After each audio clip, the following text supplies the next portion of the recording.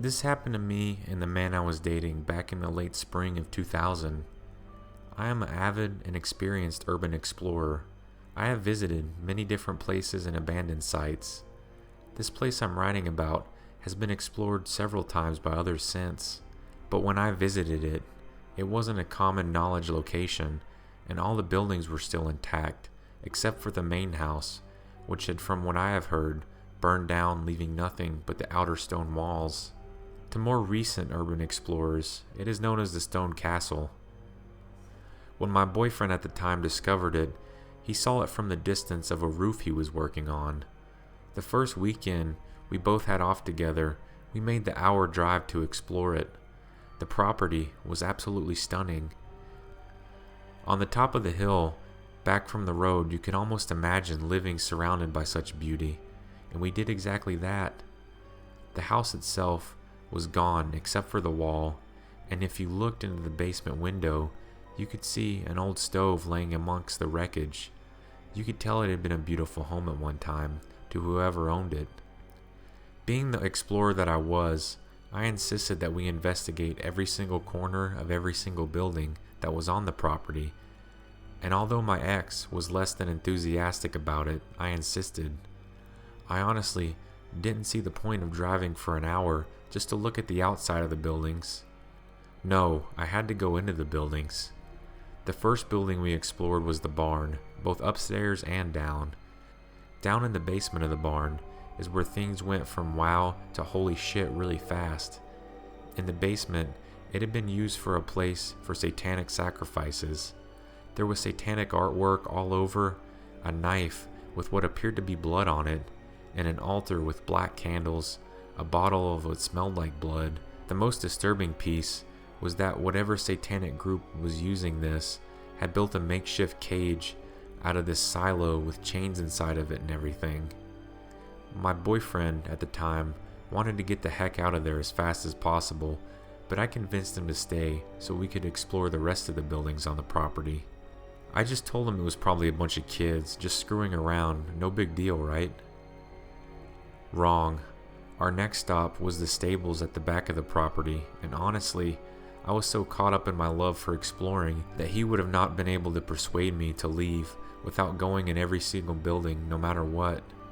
I opened the door into the stable, and the smell hit me, rotting flesh, and the entire room was littered with animal corpses, dogs, cats, rabbits, and even coyotes and foxes. They had been horribly mutilated. It was absolutely the worst thing I've ever laid eyes on. As soon as my boyfriend saw that, he grabbed me and said that we were leaving right at that moment, and that killing animals is not some stupid kid doing stupid things. This is some serious shit. So we both started to leave, but there was one more building I wanted to check out on the way out, the carriage house.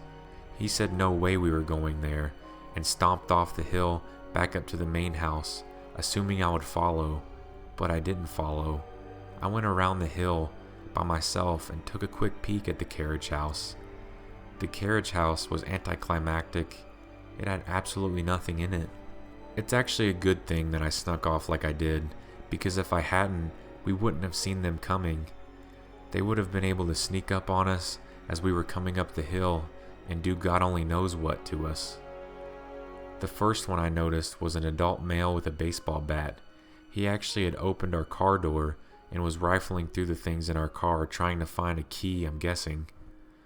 There were about 8 people in total in the group, ranging from adults, I would say in their 30s, to teenagers, and children no more than 12 or 13. They all had weapons, golf clubs, sticks, and a cane and baseball bats.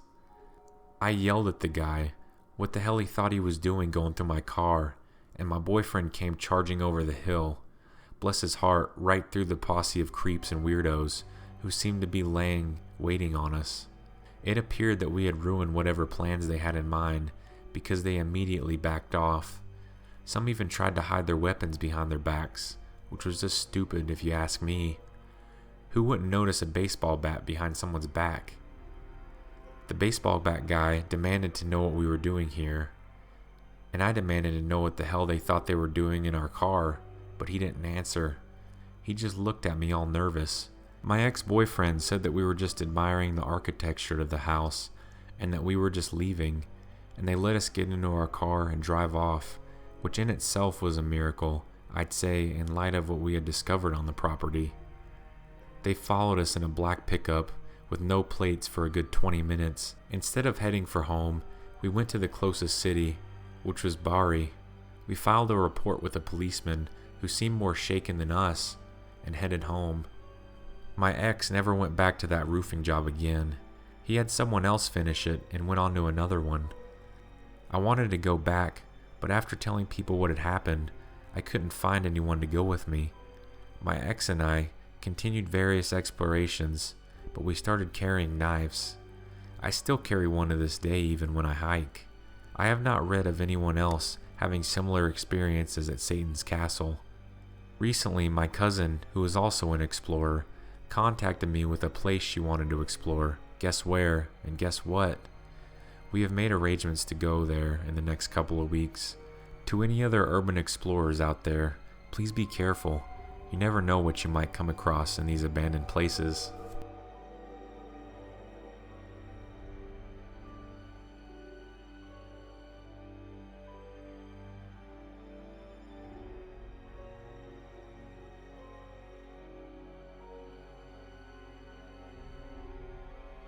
So a little over a decade ago, when I was a teenager, I live in a smallish town in New Zealand.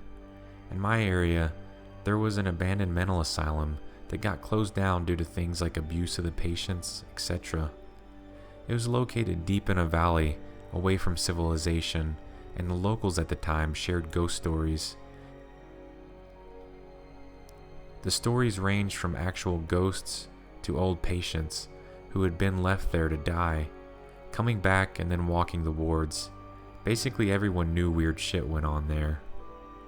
At the time, the place was fully closed and empty except for a few things, and lots of people had managed to break in.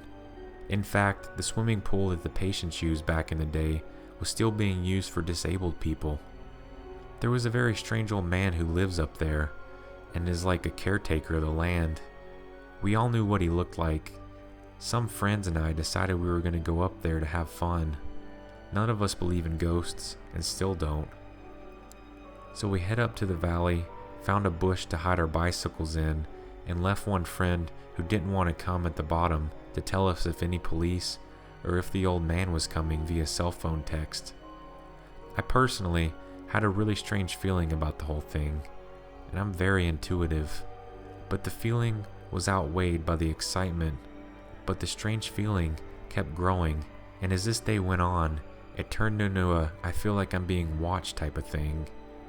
We came to the abandoned buildings. They were spooky but cool. They were all boarded up, but my friends, who were quite strong, managed to rip one of the boards off and we went inside. It was what you would expect from an abandoned mental asylum that many other people had broken into. Lots of rooms, all trashed. Now the only ghostly thing that happens was in one particular room, all our cell phones had no reception, but everywhere else it was fine. Meh, it didn't really bother us at all. We kept walking around for a bit in the main building. I still feel weird. Bing, there goes my cell phone. It was my friend that we left at the bottom of the valley, telling us the old man had found him and told him he was calling the cops and that they were on their way. The main building had bushy hills behind it. We ran up there to hide. I get my phone out to see how the friend is going, waiting at the bottom with the strange old man, but no cell phone reception.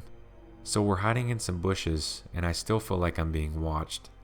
About maybe 15 minutes go by, and we see from our hiding spot that no cop car had gone past the main building yet.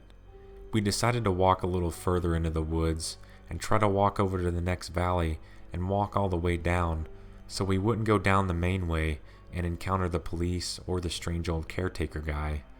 Suddenly, we came across a weird building structure coming out of the hillside. Imagine like a house been buried into the hillside with only the roof visible and the rest of the building underground. We obviously thought this was weird, and even weirder still, the only way in and out of the building seemed to be the latch roof. As curious teenagers, we needed to know what the hell was in there. So my strong friend tried to open the latch. It was locked or so old and rusty that it couldn't be opened. We almost walked away when we decided we could probably just rip off the corroded iron roof and see what's inside. After lots of tries, we got it. We were all kneeled around the hole we made. It was pitch black inside. We had arguments about who should go in. There was no way I wanted to go down there, but we played rock, paper, scissors to see. I didn't have to go in. One of my friends did. We helped him down there. There was no stairs or ladder from the latch door. He fell quite a bit down and twisted his ankle a little. We could only hear him in the pitch black below, though. He turned his cell phone on. From what we could see above, it was 2 rooms separated by a concrete wall. In the room we could see best, there appeared to be a bed, a chair, and some old magazines. My friend below confirmed all of this, and also let out a huge, "What the fuck?" And then he threw a human skull up to us. By this point, my friend was like, "Get me the fuck out of here." So we all pull our hands down, and we helped him out of there. At that very point, in the trees further up the hill, a big branch fell from a tree. I say to my friends, "Let's get out of here." So we follow our original plan, walking over to the next valley and walking all the way back down that way. We found where we needed to go and started walking down a hill, which was no longer trees and bush. It was just some farmland with some cows and sheep on it. We were walking down the hill in a single file line. I was at the back of the line. I feel a strong hand on my shoulder and turn around. There was a man, about 40 maybe, in full camo gear, with an old school World War I type rifle pointed in my face. Guns aren't the easiest thing to obtain here. He didn't look normal at all, and he was not that old man that looks after the land. He just says, "What are you doing here?" We say, "We just came to explore and shoot our BB gun around." Then he says, "No, you're lying to me. I've been following you since you put your bikes down. What were you doing at that old shed down there? Who do you work for?" We say, "Just an old shed, is it?" He says, "I'm asking the questions here."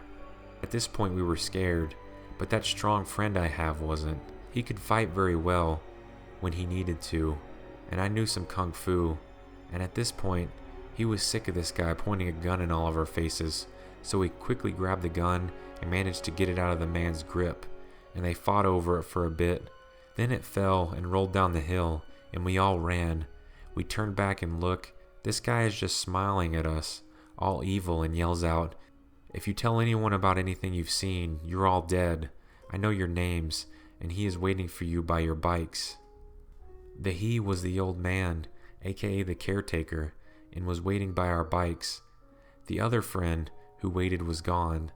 This part was weird, because he and the other camo rifle guy must have had walkie-talkies or something, because the old man said to us, "If we ever see any of you up here ever again, you won't be leaving as easy. And if you talk about what you saw, I will know and I'll find you. We know your names." We asked, "What did you do with our friend?" He laughed and said, "He ran away and left you. He's probably with the cops at the gate." We found our friend just further down where the public road starts by himself. He also had a gun pulled on him by the old man, so he ran away. There wasn't any police. I don't really know how to end this story, but something weird happened up there. Oh, and I have even seen that old man at the supermarkets years since the incident, and he gave me a very strange look. Some things to note: the police never came, and perhaps were never called.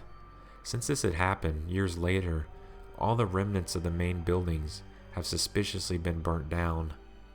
My personal theory about the shed was I think when the place got closed down, there was nowhere for some of the more severely insane patients to go, and no family cared, so they possibly threw them in these weird chambers to die in the hills.